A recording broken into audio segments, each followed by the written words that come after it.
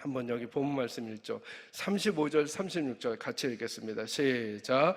그날 저물 때에 제자들에게 이르시니 우리가 저편으로 건너가자 하시니 그들이 무리를 떠나 예수를 배에 계신 그대로 모시고 가매 다른 배들도 함께 가더니 아멘. 자, 그날 저물 때에 제자들에게 이르시되 우리가 저편으로 건너가자 하신 분이 누구예요?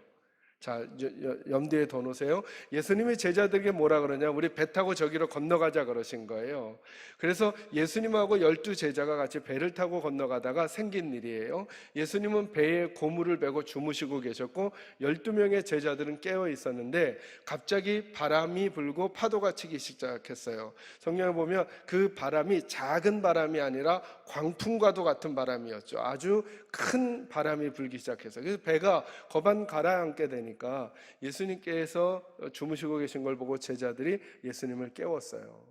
예수님, 우리가 죽게 된 것을 돌아보시지 않습니까? 예수님을 깨운 다음에 예수님께서 일어나셔서 바람과 바다를 잔잔하게 했다라고 하는 본문의 말씀이에요.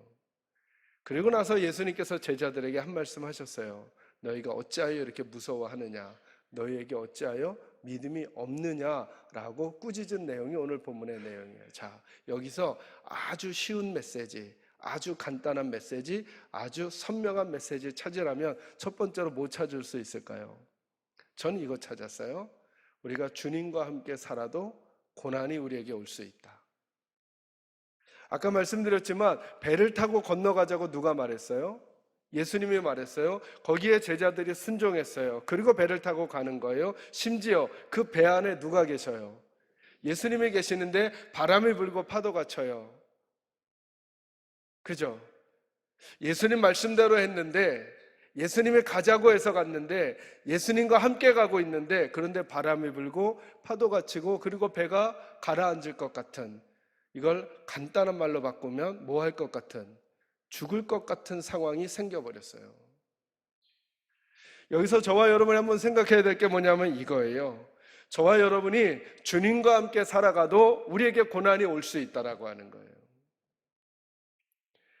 그러니까 예수님과 함께 살아가는 우리들의 삶에 늘 좋은 일만 일어나지 않을 때 저와 여러분이 당황하면 안 된다는 거예요. 나 왜 예수 믿고 사는데, 나 요즘에 기도하고 사는데, 나 왜 예수님에게 바르게 하려고 하는데 나한테 왜 이런 일이 생기지? 왜 우리 가정에 이런 일이 생기지? 왜 내가 이런 고통을 겪어야 되지? 라고 느끼고 있는 분들이 있다면 오늘 하나님이 가장 선명한 메시지 첫 번째를 가지고 이렇게 격려해 주고 싶은 거예요. 그건 너희들만의 잘못은 아니야. 너희가 더 못나서가 아니야. 너희가 잘못된 길을 가고 있어서가 아니야 라고 말씀하시는 주님의 위로가 있을 수 있다는 사실을 저와 여러분이 생각해 봐야 한다는 거예요. 그래서 우리들에게 다가온 고난을 잘 다루는 지혜가 필요해요. 여러분, 이러면 얼마나 좋겠어요? 예수님이 가라고 해서 가고 예수님과 함께 믿음 생활하고 살아가면 내게 아무런 마음의 고통과 몸의 고통과 상황의 고통이 없으면 얼마나 좋겠어요. 여러분, 그거 원해요? 전 완전 원해요. 그런데 그렇게 되지 않더라고요.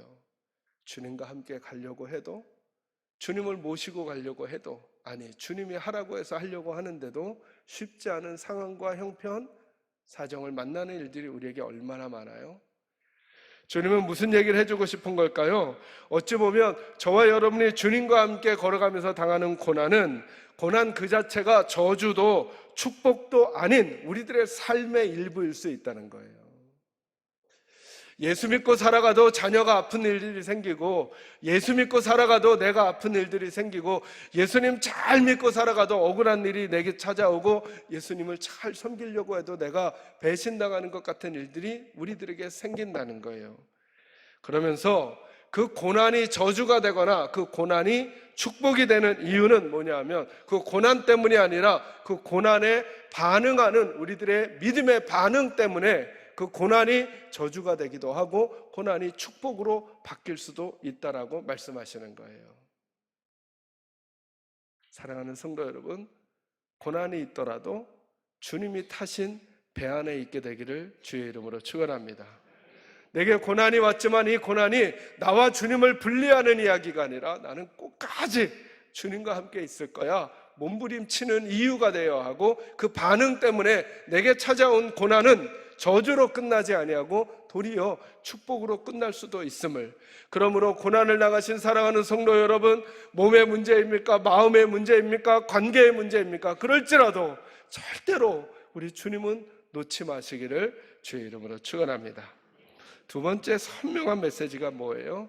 그렇게 바람이 불고 파도가 쳐서 배가 가득 차게 물이 고여서 배가 가라앉게 됐어요. 여기서 잠깐 끊고요. 그러면 여러분은 뭐 하시겠어요? 여러분이 배를 타고 가는데 갑자기 바람이 불고 파도가 쳐서 배 안에 물이 그득하게 되었어요. 여러분은 뭐 하실래요? 빨리 얘기해 주세요. 1번, 물을 퍼낸다. 예수님께 기도한다. 뭐예요? 물 퍼내다가 기도할 거예요? 퍼내면서 기도할 거예요? 어떤 걸 제일 먼저 하고 싶어요? 자, 1번 물 퍼낸다. 2번 기도한다. 물 퍼내죠? 물 퍼내죠? 그죠? 우리 다 물 퍼낼 거예요.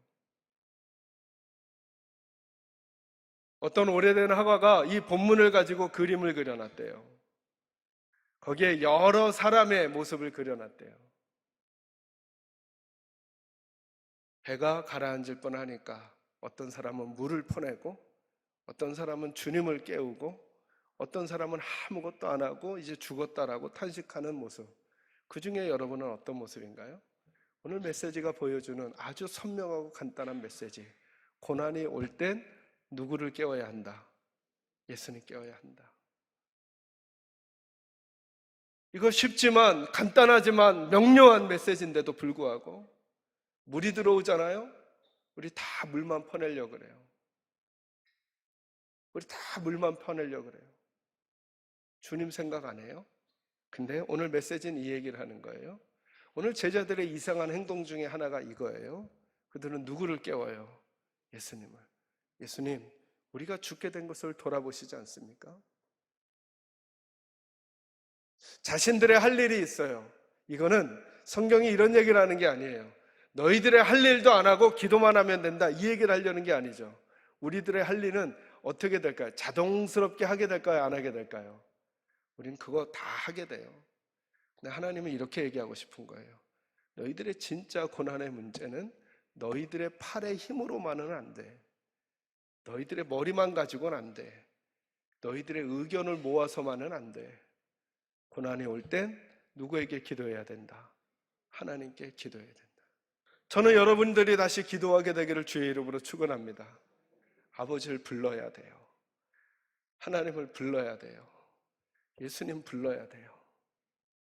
우리 교회도 예수님 안 부르면 다 사람의 일에 불과해요. 예수님 안 부르고 예수님께 기도하지 않고 예수님께 엎드리지 않고 일하잖아요. 그러면 나중에 남는 건 사람의 일밖에 없어요. 어떤 얘기요? 내가 제일 큰 바가지로 물을 퍼냈어. 내가 안 했으면 이거 안 됐어. 내가 제일 큰 바가지로 물을 퍼냈어. 내가 제일 끝까지 퍼냈어. 이 얘기로 귀결되게 될 거예요. 근데 기도하잖아요. 그러면 내가 한 이 수고가 아니라 나를 인도하신 하나님의 인도하심에 대한 고백으로 우리들의 사역이 마무리되게 될 거예요. 저는 다시 고난 앞에서 어쩔 줄 몰라 당황하는, 내 팔에 힘이 저리도록 물을 퍼내지만 해결되지 않을 것 같은 그 상황 앞에서 방법이 없어 마음 졸이고 있는 우리 성도들이 있다면, 여러분 다시 아무것도 할 수 없어도 우리가 할 수 있는 일이 하나 있어요. 여러분의 마음의 입을 열고 육체의 입을 열어 아버지 하나님을 부르시는 거예요. 하나님 도와주세요. 하나님 나 못 살겠어요. 하나님이 내 손 잡아 주셔야 돼요. 하나님 우리 자녀 살려주세요. 하나님 우리 가정 불쌍히 여겨주세요. 다시 하나님이 우리 도와주세요. 그죠? 제자들이 예수님 깨우잖아요. 여러분에게도 이런 일들이 있기를 주의 이름으로 축원합니다. 선명한 메시지 하나 더 찾아내라면 뭐 찾아낼 수 있을까요? 마지막 본문에 보니까 뭐라 그래요? 그들이 심히 두려워하고 서로 말하되 그가 누구이기에 바람과 바다도 뭐 하는가? 순종하는가 하였도다. 세 번째 선명한 메시지인 거죠. 우리 예수님은 뭘 컨트롤 하실 수 있어요? 바람과 바다도 통제하실 수 있는 능력의 주님이심을 본문이 말씀해 주시는 거죠. 그죠? 그러니 이렇게 말씀해 주는 거죠. 우리 주님이 저와 여러분의 삶의 문제에 있어서 다루지 못하실 문제는 없다는 걸 말씀해 주고 싶으신 거잖아요. 그죠? 그러니까 이거 선명하게 담아 놓으세요. 우리 주님이 말씀만 해주시면 오늘도 우리에게 새로운 일들이 일어날 수 있다.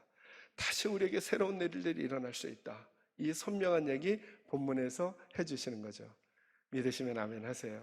자, 이제 조금 더 어렵고 조금 더 복잡하고 애매한 메시지로 나아가려고요. 그런데 그리고 나서 그래서 이 본문만 들어도 은혜가 되는데 갑자기 예수님께서 제자들에게 이상한 행동을 하셔요. 그 본문 읽겠습니다. 자, 40절 말씀 39절부터 읽을까요? 39절, 40절 시작. 예수께서 깨어 바람을 꾸짖으시며 바다더러 이르시되 잠잠하라 고요하라 하시니 바람이 그치고 아주 잔잔하여지더라. 이에 제자들에게 이르시되 어찌하여 이렇게 무서워하느냐 너희가 어찌 믿음이 없느냐 하시니. 아멘. 예수님이 오늘 본문에서 꾸짖으시는 대상이 두 가지예요. 하나는 뭘 꾸짖으셔요? 바람과 파도를 꾸짖으셔요. 그리고 또 하나는 누구를 꾸짖으셔요? 제자들. 저는 이 본문이 가지고 있는 가장 중요한 메시지가 여기 있다고 보는 거예요. 왜냐하면 보셔요. 우리 사랑의 주님께서, 우리 자비의 주님께서, 여러분 지금 예수님 뭐 하고 계셨다고요? 주무시고 계셨는데 제자들 혼자 깨어 있는데 제자들이 어떤 지경에 몰리게 됐던 거예요? 죽을 지경에 몰리게 된 거죠. 근데 제자들이 누굴 깨웠어요? 예수님 깨웠단 말이죠. 그러면 예수님께서 부시시 잠에서 일어나셔서 바람과 바다를 잔잔하게 하신 다음에 했음직한 행동이 뭐일까요? 제자들에게 1번 제자들을 혼낸다. 2번 제자들의 마음을 쓰다듬어 주신다. 놀랬지?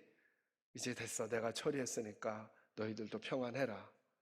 어떤 걸 하셨을 것 같아요? 1번, 2번 2번에 가깝지 않아요? 근데 예수님은 제자들을 꾸짖으셔요. 그것도 뭐라고 꾸짖으시냐 하면 어찌하여 너희가 뭐가 없느냐. 여러분 예수 믿는 우리들이 하나님께, 예수 믿는 저희들이 예수님께 들을 수 있는 최고로 민망한 책망이 뭘까요? 너는 왜 이렇게 키가 작아? 너는 왜 이렇게 키가 커? 너는 왜 이렇게 행동이 느려? 너는 왜 이렇게 행동이 급해? 이 정도 다 넘어갈 수 있죠. 근데 하나님 이렇게 말하는 거야. 넌 목사가 돼가지고 왜 이렇게 믿음이 없어? 넌 장로가 돼가지고 왜 이렇게 믿음이 없어? 넌 집사가 돼가지고 왜 이렇게 믿음이 없어? 이런 우리 완전 창피하죠. 예수님이 제자들에게 뭐라 그러냐면 어찌하여 믿음이 뭐하냐? 없냐 그랬어요. 그럼 이제 제자들의 모습을 한번 봐야죠. 여러분 제자들이 한 게 두 가지라고 할 수 있어요. 하나, 바람과 파도가 쳐서 배가 가라앉으려고 하니까 뭐 했어요? 두려워했죠. 여러분 이거 두려워하는 것도 죄가 될까요? 여러분 갑자기 가정에 누군가 아프면 두려워요, 안 두려워요? 두렵죠. 부도가 나려고 그러면 두려워요, 안 두려워요? 두렵죠. 그거는 우리들의 모든 마음이에요. 여기까지는 다 똑같다고 할 수 있어요. 자, 그러면 제자들이 한 게 뭐냐면 그렇게 죽을 지경이 되니까 누굴 깨웠어요? 예수님 깨웠죠. 자, 저와 여러분의 우리 같은 동종업계라고 했으니까 우리 업계에서 죽을 뻔한 일이 있는데 예수님을 깨우면 이건 믿음이 있는 일이에요? 믿음이 없는 일이에요? 대답을 해줘. 예수님이 믿음 없다 하니까 여러분 그쪽 타려고 지금 대답 안 하시는 거잖아요. 그러니까 우리 업계에서 대답하자고요. 어려운 일이 생겼는데 예수님께 구하고 예수님을 깨우면 이건 믿음 있는 거예요? 믿음 없는 거예요? 우리가 생각하기에 믿음 있는 거죠. 왜요? 어려운 일이 있어도 예수님 안 깨우는 사람들이 얼마나 많은데요. 아니 한번 깨우다가 많은 사람들이 얼마나 많은데요. 아니 예수님 깨우는 것보다 빨리 내가 퍼내는 게 빠르지 내 방법을 쓰려고 하는 사람들이 얼마나 많은데요. 그 사람들이 우리들이잖아요. 근데 제자들은 뭐 했냐 하면 그 문제가 생기니까 누구를 깨우냐면 예수님 깨워요. 자, 우리 업계에서는 이러면 믿음이 있어요, 없어요? 믿음이 있죠. 그런데 누가 믿음이 없다 그래요? 예수님이. 그러면 우리 말이 맞아요? 예수님 말씀 맞아요? 예수님 말씀이 맞죠. 제자들은 믿음이 없다는 거예요.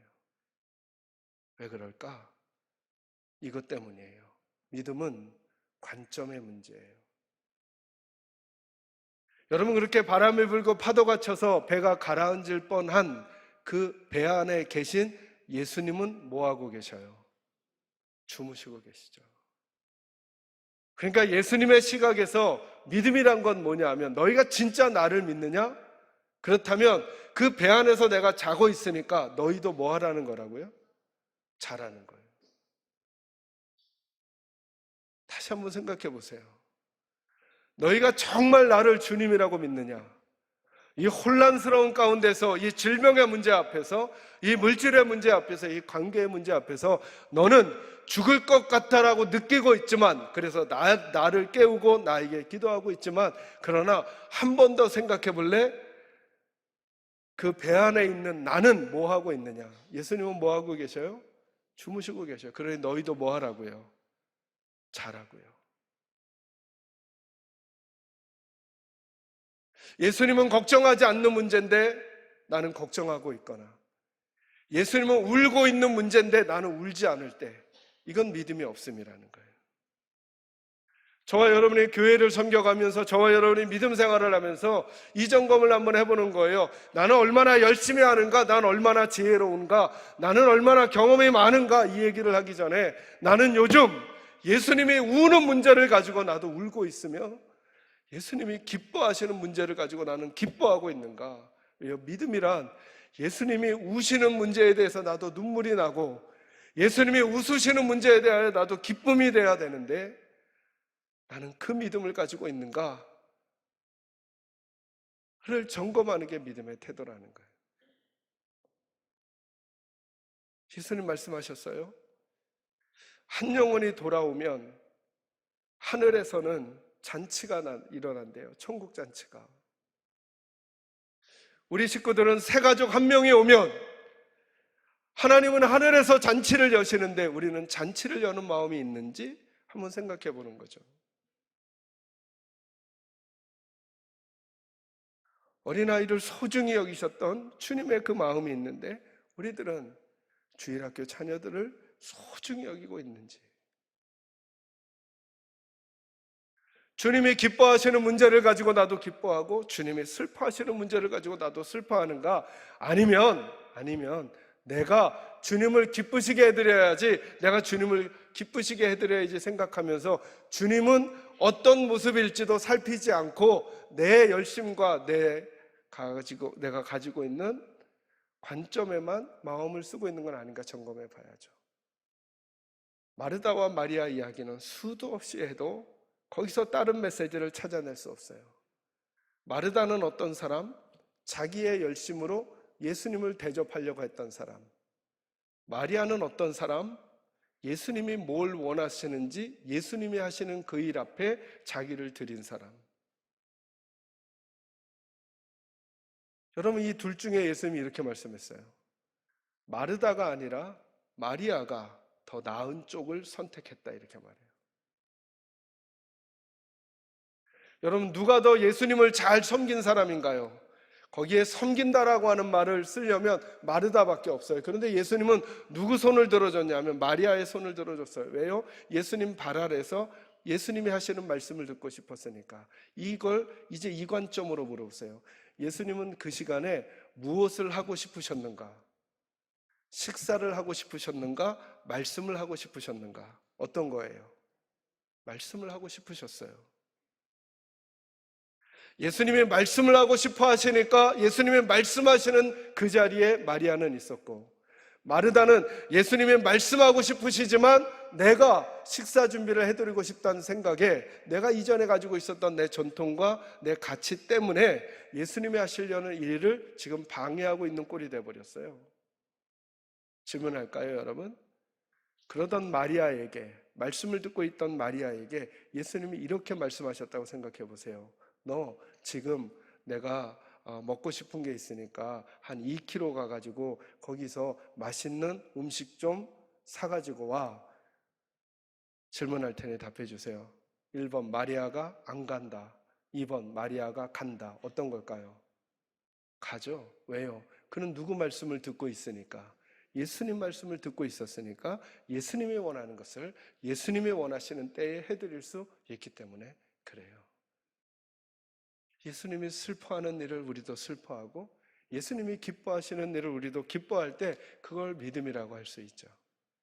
제가 여러분에게 마지막으로 제가 받았던 문자 하나 여러분에게 읽어드리고 오늘 설교 마무리하려고요. 받은 지 꽤 됐는데 혹시라도 그분이 누구일지 들통이 날까봐 제가 일부러 안 하다가 오늘 좀 하려고요. 이름은 알려드리지 않고 제가 하겠습니다. 저는 계산제일교회 6월 마지막 주에 등록하고 7월에 새가족 환영회에 참가한 누구누구라고 합니다. 저희 가정이 교회를 다니며 크게 감동받고 감사한 일이 있어 목사님께 이렇게 편지를 씁니다. 저희는 새가족 환영회 저녁 식사 때 어느 장로님과 한 테이블에 앉아서 식사를 하게 되었습니다. 그때 제 6살 된 딸아이 누구를 많이 예뻐해 주시며 장로님이 내일 주일 말고 토요일 날 하니까 그 다음 주일에 선물을 주고 싶은데 뭐를 좋아하냐고 물으셨습니다. 제 아이는 고양이 인형이라고 말했습니다. 그리고 그 다음날 유치부 예배를 갔던 제 아이는 유치부 예배에 적응이 어려웠는지 앞으로는 안 가겠다고 말하더라고요. 그리고 진짜로 그 다음 주 주일날 아침 제 아이는 교회에 가지 않겠다고 말하는 난처한 상황이 생겼습니다.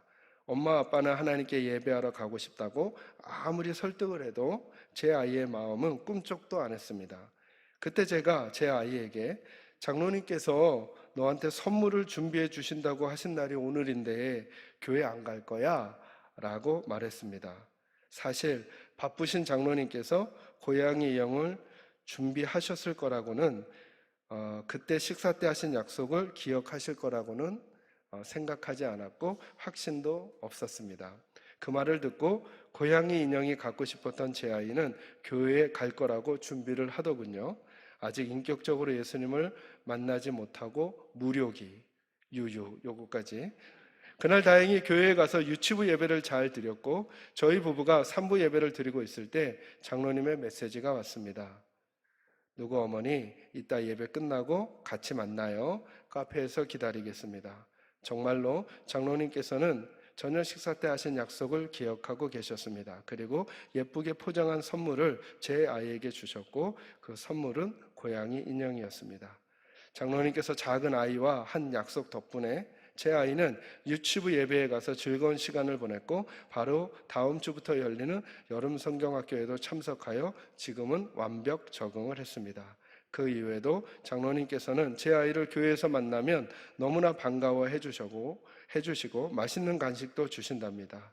제 아이도 멀리서 장로님을 발견하면 뛰어가서 인사하고 애교를 부립니다. 저희 가족이 계산제일교회에서 계속 예배를 드릴 수 있어서 늘 감사한 마음입니다. 장로님의 선행을 나누고 싶었습니다. 뒤에 두 문단은 제가 안 읽으려고 했는데 읽으려고요. 그리고 담임 목사님, 저희 부부가 많이 사랑합니다. 저희 신랑은 목사님의 유머가 너무 좋대요. 네. 제가 이거를 받은 지 몇 개월 됐습니다. 사실은 작년 6월에 등록하셔서 믿음 생활하고 있는 어느 가정의 이야기입니다.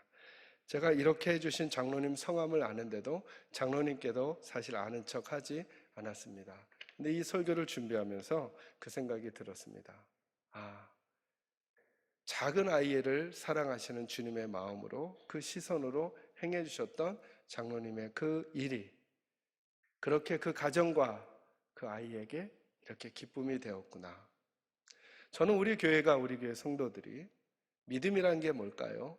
주님이 기뻐하시는 문제를 나도 기뻐하고 주님이 아파하시는 문제를 나도 아파해야만 우리들의 일의 우선순위가 바르게 결정되고 그 안에서 하나님 기뻐하시는 일들이 일어날 수 있다는 거예요. 작은 저와 여러분의 삶 속에서 이 믿음의 씨름이 일어나기를 바라고 저와 여러분의 관점이 주님의 관점으로 바뀌어지기를 주의 이름으로 축원합니다.